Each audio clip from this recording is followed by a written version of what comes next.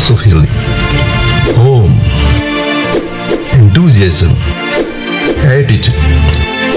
Loyalty. Integrity. Networking. Glory. House of Healing.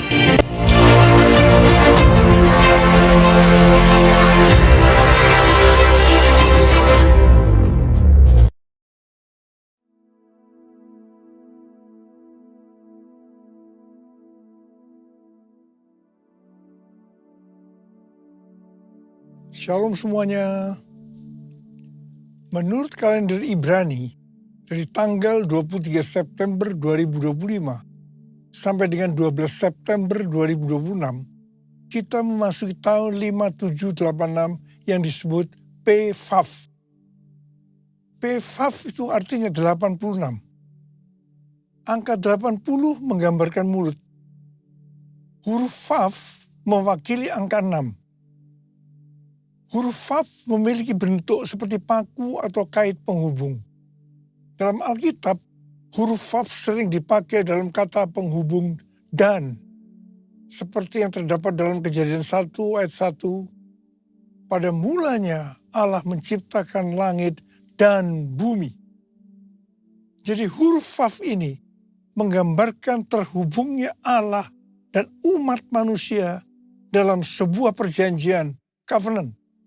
Saya percaya sebagai umat perjanjian, hari-hari ini kita harus semakin terhubung dengan Allah, makin intim dengan Dia.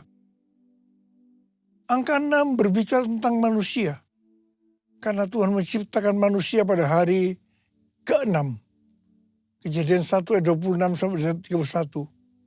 Jadi angka 6 seperti menggambarkan upaya atau kekuatan manusia.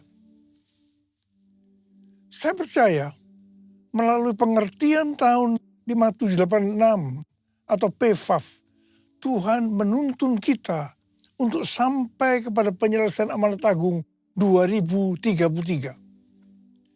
Saya akan mengingatkan bahwa goal kita menjadi orang percaya sesuai dengan Roma 8 ayat 29 adalah menjadi serupa dengan gambar Yesus. Artinya kita harus menjadi murid Tuhan Yesus. Sesuai dengan 1 Yohanes 2 ayat 6.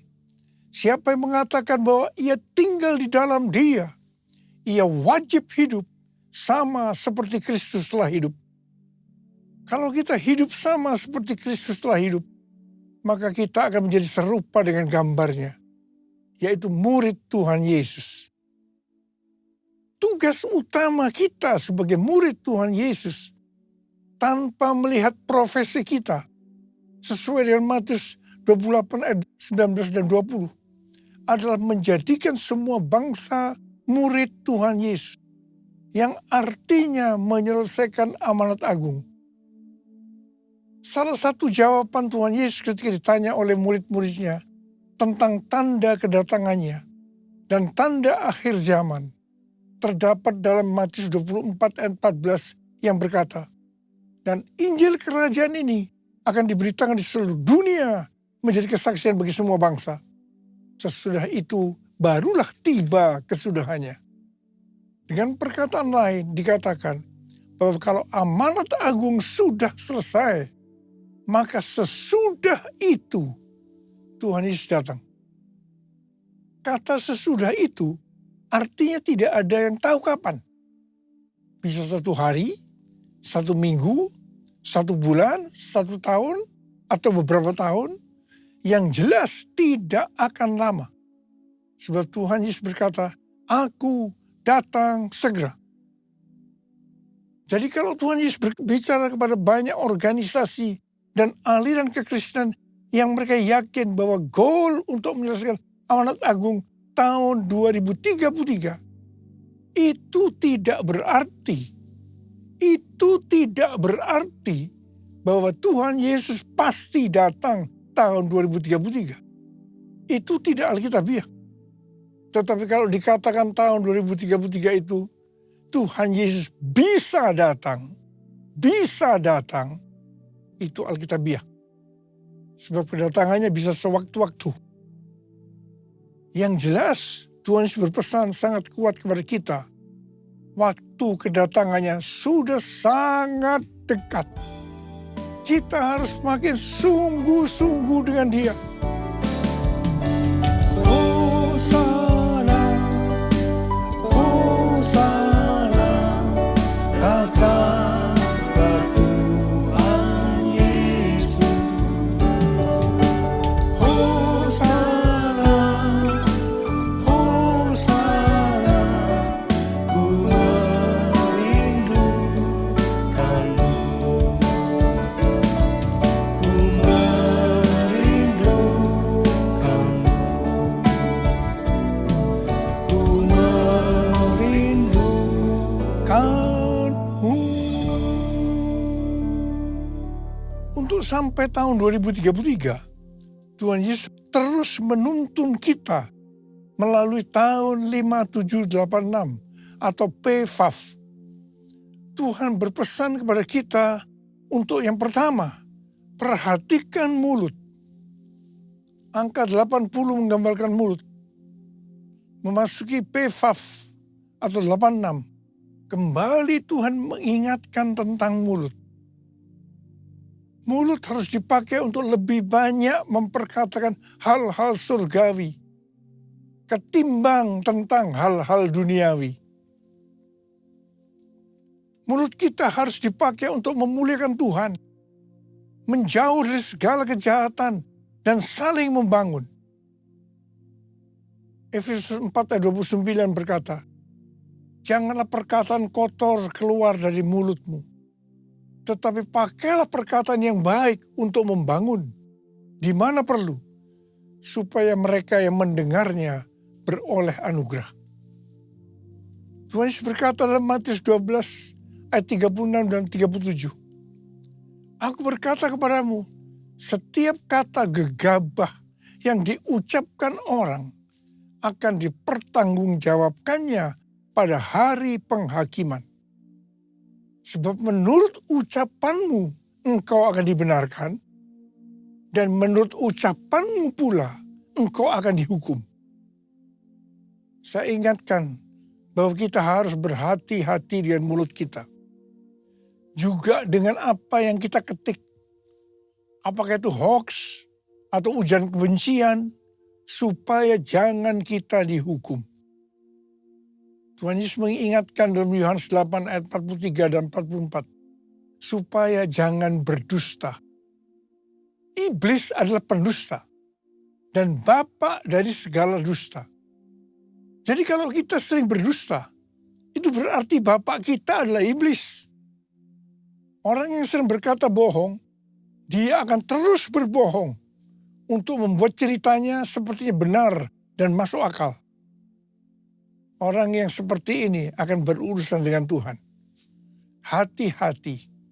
Saya berdoa agar kita menanggalkan dusta, supaya kita hidupnya berkenan kepada Tuhan. Hal ini juga sesuai dengan Mazmur 34 ayat 13 sampai dengan 15.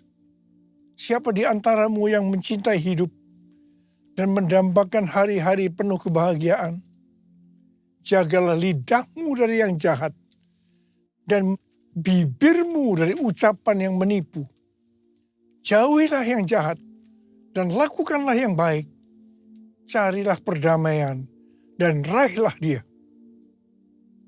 Ada kalanya Tuhan menghendaki agar kita berdiam diri, berpuasa berbicara sebagai tindakan penguasaan diri. Ini juga adalah bagian dari strategi peperangan rohani. Ingat waktu bangsa Israel menghancurkan tembok Yerikho.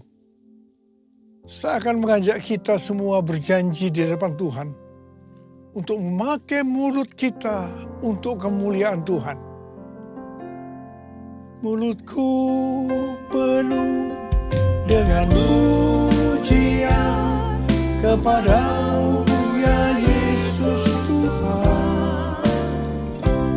Sepanjang hari kau beri penghormatan kepadamu ya Allahku. Kepadamu ya Allahku.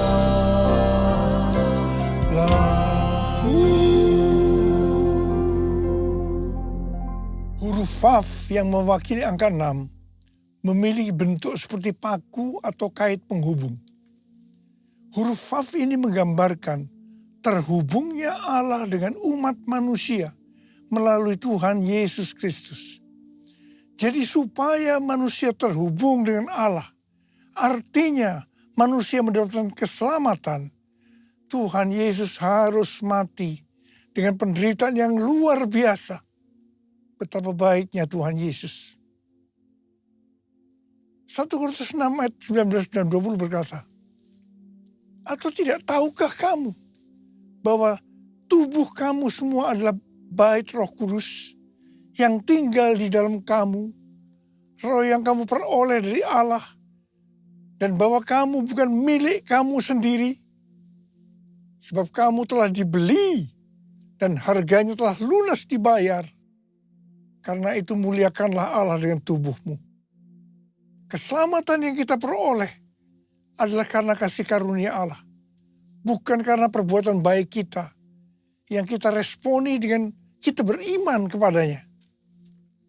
Pada saat kita percaya kepada Tuhan Yesus sebagai Tuhan dan Juru Selamat kita, maka Roh Kudus masuk ke dalam hati kita. Harap diperhatikan, tubuh kita ini bukan milik kita sendiri. Tubuh ini miliknya Tuhan Yesus. Karena Tuhan Yesus telah membeli kita dari penguasa kita yang lama, yaitu iblis. Tuhan Yesus membeli kita dengan darahnya, dengan nyawanya, dan harganya telah lunas dibayar. Tuhan Yesus membeli kita dari tuan kita yang lama, dengan harga yang sangat mahal, yaitu dengan darahnya, nyawanya. Dan keselamatan yang Tuhan Yesus sediakan bagi kita diberikan secara cuma-cuma.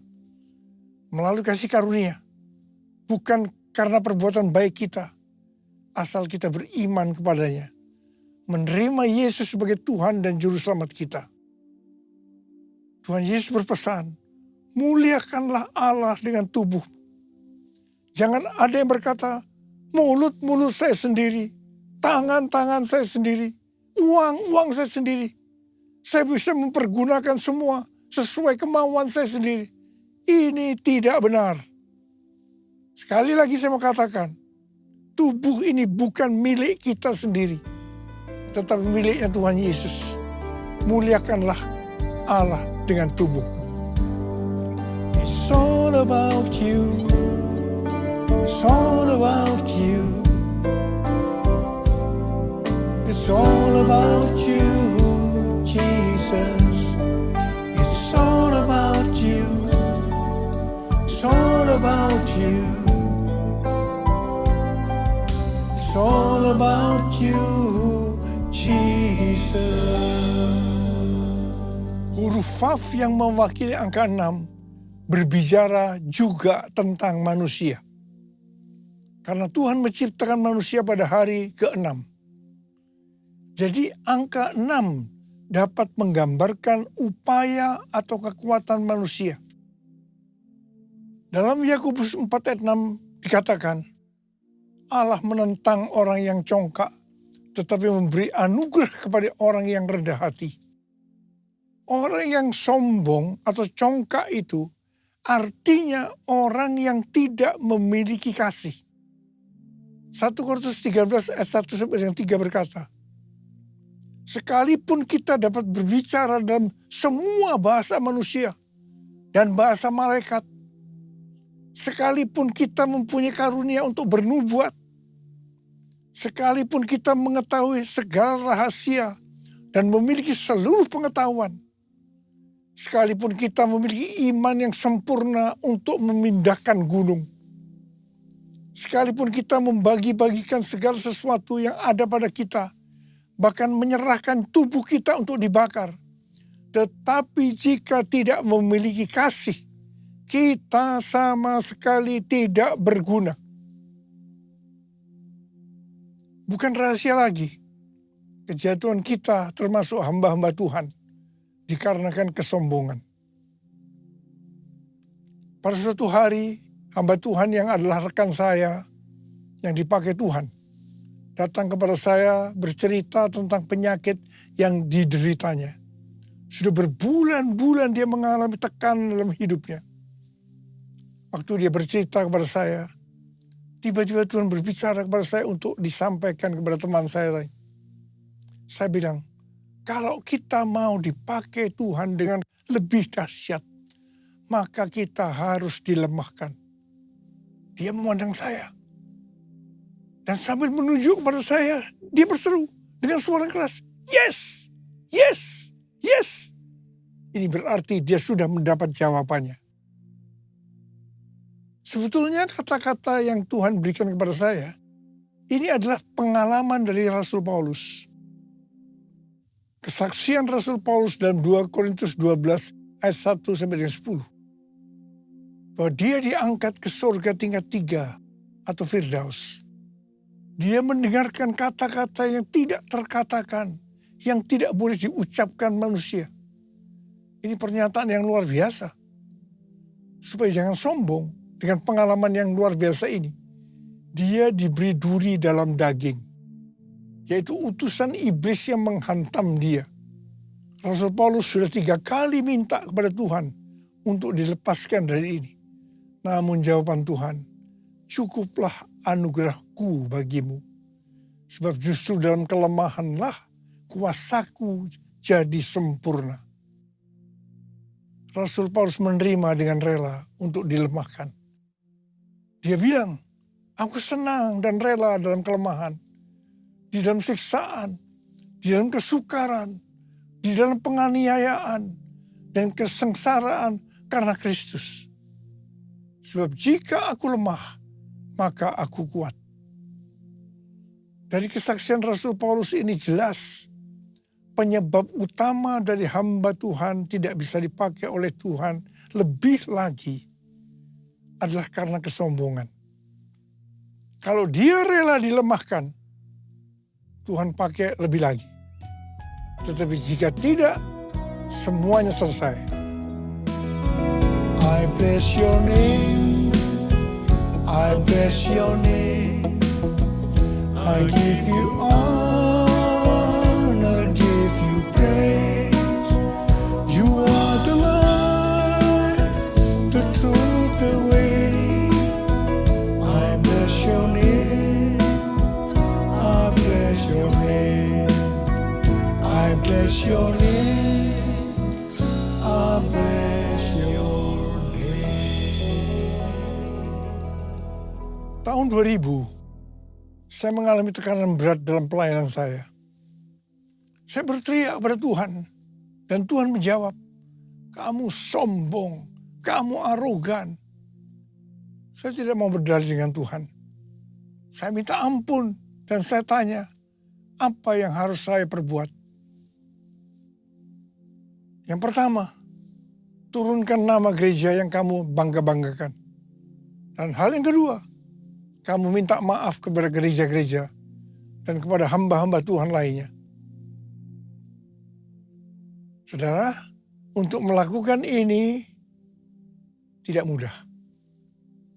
Betul-betul harus punya niat untuk merendahkan diri. Waktu itu jumlah gereja kita sekitar 400. Dan tidak semua orang yang saya mintai maaf dengan rela memaafkan saya. Ada yang sinis, ada yang berkata, Niko punya taktik apa lagi ya? Dan saya melakukan ini selama beberapa tahun. Beberapa tahun dengan sungguh-sungguh. Saya benar-benar dilemahkan oleh Tuhan. Tapi setelah itu apa yang terjadi? Yang pertama, rekonsiliasi di antara gereja-gereja terjadi. Dan roh doa turun. Transformasi Indonesia terjadi. Haleluya! Setelah World Prayer Assembly di SICC tahun 2012, maka saya diproses oleh Tuhan. Ini di tengah-tengah healing movement ministry, pelayanan kesembuhan. Mungkin dengan tidak sadar saya mulai sombong, mencuri kemuliaan Tuhan. Memang pelayanan kesembuhan gampang membuat kita sombong. Karena dieluk-elukan, dipuji-puji orang. Tuhan turun tangan. Saya dilemahkan. Hampir 6 bulan, tiap hari perut saya sakit luar biasa. Kepala juga sakit. Saya sudah diperiksa oleh dokter, di kolonoskopi, di endoskopi, tetapi tidak ada penyakitnya. Tiap kali saya berkhotbah, menyanyikan pujian penyembahan, itu selalu ada di tengah-tengah kesakitan. Dan saya selalu berkata, kapan ya selesainya tugas saya ini? Jadi tidak ada kesempatan untuk saya menjadi sombong. Malah kalau boleh menawar, saya mau istirahat dulu dari pelayanan ini. Tapi tidak bisa, karena Tuhan terus menyuruh saya, terus melayani. Setelah 6 bulan saya diproses seperti itu. Pada tahun 2013 saya disuruh Tuhan untuk mendeklarasikan Pentakosta ketiga. Haleluya. Saya percaya kalau saya tidak dilemahkan, pasti pelayanan saya tidak mencapai 13 tahun dengan 318 kali pelayanan yang kebanyakan di lapangan-lapangan. Terima kasih Tuhan. Tuhan Yesus baik. Pada tahun-tahun terakhir ini, pelayanan saya banyak untuk global. Seperti yang Tuhan katakan, gerakan Pentakosta ketiga ini dimulai dari timur ke barat dan kembali ke Yerusalem. Barat yang dimaksudkan ini adalah Amerika. Dari Amerika terus bergerak ke seluruh dunia. Tahun 2017, saya diperkenankan oleh Tuhan untuk berdoa di tempat doa yang namanya Capitol Hill di Washington DC. Ini seperti gedung DPR, MPR-nya di Indonesia. Capitol Hill ini tempat yang unik. Karena setiap kali Presiden Amerika yang terpilih pada saat pelantikannya, tempatnya di balkon di Capitol Building. Untuk menuju balkon itu harus melewati tempat doa Capitol Hill ini. Dengan dipimpin oleh istri senator senior, kami 8 orang diperkenankan berdoa. Pada saat berdoa, Ibu Christina Fargnimela mendapat penglihatan. Dia melihat ada kapal pesiar yang besar. Dan dia melihat di pantai ada saya pakai dasi kupu. Tetapi yang menarik, Ibu Christina melihat saya sangat kecil. Jadi kalau saya mengarahkan tangan saya ke kapal itu untuk ke kanan, maka kapal itu akan ke kanan. Kalau saya mengarahkan untuk ke kiri, maka kapal itu ke kiri. Tuhan memberi pengertian bahwa kapal itu berbicara tentang Amerika. Saya diberi tugas untuk mengarahkan Amerika untuk kebangunan rohani. Saya diperkenankan mengarahkan arah kapal itu selama saya kecil. Dengan berjalannya waktu, saya tidak sadar Niko yang kecil tadi berubah menjadi besar. Saya tidak sadar karena diberi pengertian kalau saya terkenal besar, orang akan lebih mudah menerima arahan saya. Sebagai informasi, saya diberi penghargaan dalam tanda petik lewat Amerika, jumlahnya 11 macam penghargaan. Saya mungkin tidak sadar bahwa ini membuat saya kepalanya ikut jadi besar. Penghargaannya tidak salah. Yang salah adalah saya dalam merespon penghargaan itu.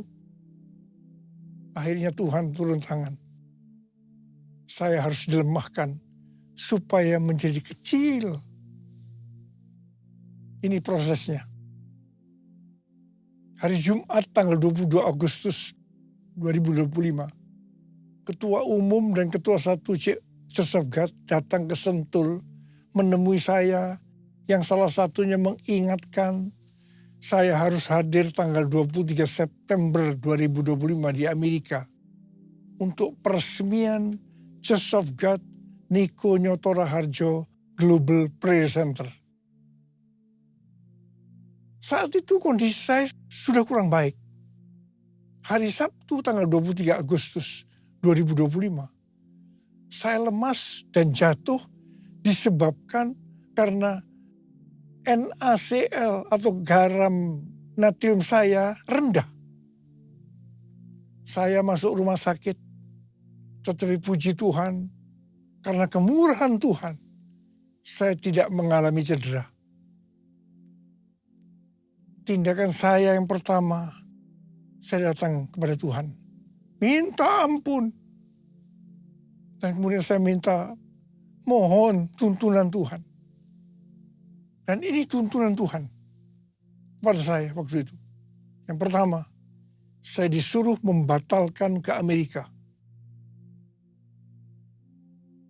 Yang kedua, saya disuruh menurunkan nama Niko Nyoto Raharjo di Global Prayer Center Church of God.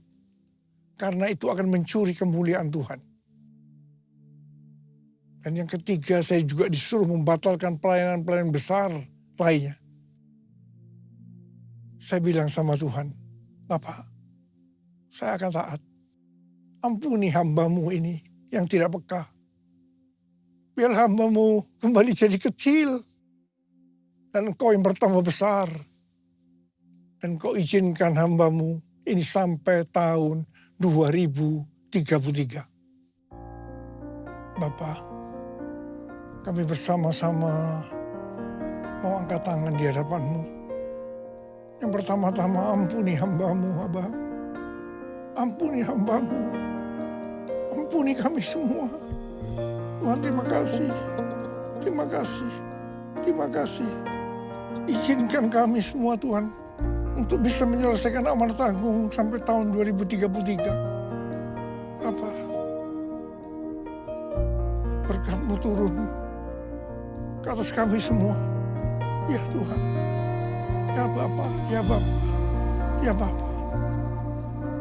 Yesus, ku sembahkan sujud di hadapan-Mu. Keinginan dalam hidupku hanya untuk menyembah.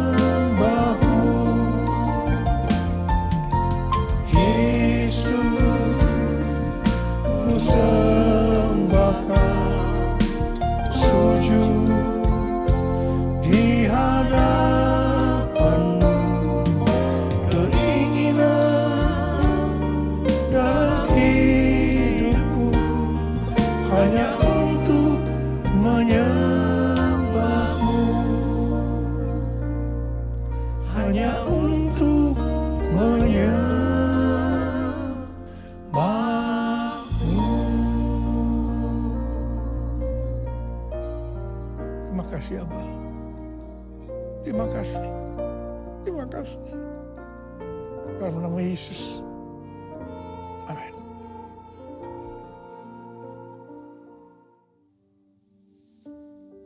Kita akan masuk dalam perjamuan kudus. Kita akan mengingat ayat ini. Sebab setiap kali kamu makan roti ini dan minum cawan ini, kamu memberitakan kematian Tuhan sampai Ia datang. Perjamuan kudus adalah perjamuan Tuhan Yesus sendiri. Setiap kali kita masuk dalam perjamuan kudus, Tuhan Yesus selalu berkata, biarlah ini menjadi peringatan akan daku. Karena itu mari, arahkan hati kita kepada kebaikan Tuhan. Kita akan mengingat kebaikan Tuhan.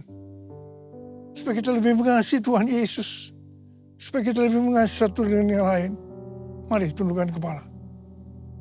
Tuhan, siapakah kami ini sebelum kami mengenal Engkau? Kami semua orang berdosa. Upah dosa adalah maut, mati. Tapi Engkau yang tidak berdosa telah dijadikan dosa oleh karena kami. Engkau harus turun dari sorga mulia, Mati ganti kami dengan penderitaan yang luar biasa. Sungguh kalau kau pikirkan betapa baiknya Engkau ya Aba. Itu Engkau ya Aba. Kau jadikan kami sebagai anak-anak-Mu. Kau tuntun, kau bela, kau tegur kalau kami salah. Kau ampuni kami ya Tuhan. Terima kasih buat semuanya. Terima kasih, terima kasih. Tuhan akan memberkati kita melalui perjamuan kudus. Tapi Tuhan mau kita makan dan minum dengan cara yang benar. Karena itu kita harus introspeksi. Mari lihat sekali lagi. Kita akan lihat keadaan diri kita masing-masing. Kalau ada dosa yang Tuhan ingat, kita langsung datang. Minta ampun. Minta ampun, minta ampun. Supaya diberkati oleh Tuhan. Ampuni kami Tuhan. Ampuni, ampuni, ampuni. Makasih Aba. Kami akan masuk dalam perjamuan kudus dengan hati yang penuh ucapan syukur. Dalam nama Yesus kami berdoa. Amin. Mari. Angkat roti di tangan kanan kita tinggi-tinggi. Sebab apa yang telah kuteruskan kepadamu telah aku terima dari Tuhan. Yaitu bahwa Tuhan Yesus pada malam waktu ia diserahkan mengambil roti. Dan sesudah itu ia mengucap syukur atasnya. Ia memecah-mecahkannya dan berkata, inilah tubuhku yang diserahkan bagi kamu. Perbuatlah ini menjadi peringatan akan aku. Saudara kasih Tuhan, bukankah roti yang kita pecah-pecahkan ini adalah persekutuan kita dengan tubuh Kristus? Mari kita makan dalam nama Yesus.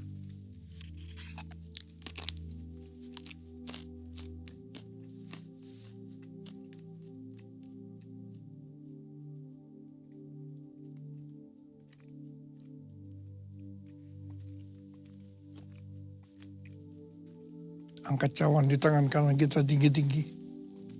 Demikian juga yang mengambil cawan sudah makan lalu berkata, cawan ini adalah perjanjian baru yang dimeteraikan oleh darahku. Perbuatlah ini setiap kali kamu meminumnya menjadi peringatan akan aku. Saudara yang dikasih Tuhan, bukankah cawan pengucapan syukur yang atasnya kita ucapkan syukur adalah persekutuan kita dengan darah Yesus. Mari kita minum dalam nama Yesus.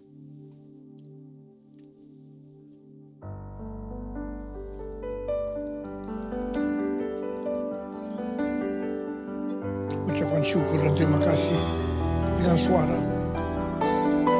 Jangan diam. Tuhan terima kasih ya Tuhan. Tuhan terima kasih ya Tuhan. Terima kasih ya Tuhan. Terima kasih. Urialala makana mayara lama lama lama. Urialala bara bara bara bara bara bara bara bara bara. Yesus. Yesus, Yesus, Yesus, Yesus, Yesus, Yesus, Yesus. Oh, rabala bala bala bala bala bala bala bala bala. Maria bala bala bala bala bala. Terima kasih Yesusku, terima kasih Yesusku. Puji syukur hanya bagi Tuhanku.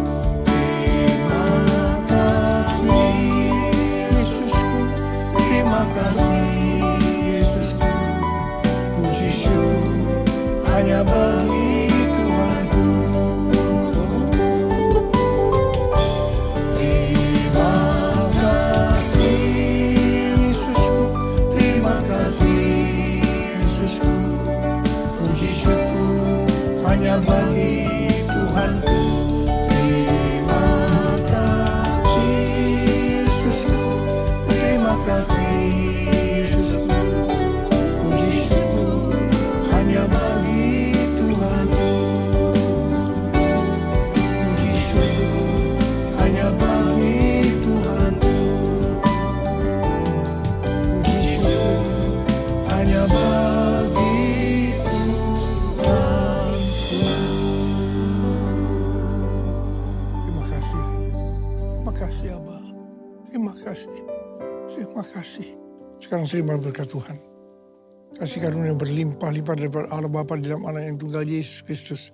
Persekutuan yang manis dengan Roh Kudus menyertai kita semua. mulai hari ini sampai Tuhan Yesus datang menjemput kita di awan-awan, dan bahkan sampai selama-lamanya. Yang percaya bersama-sama katakan, amin.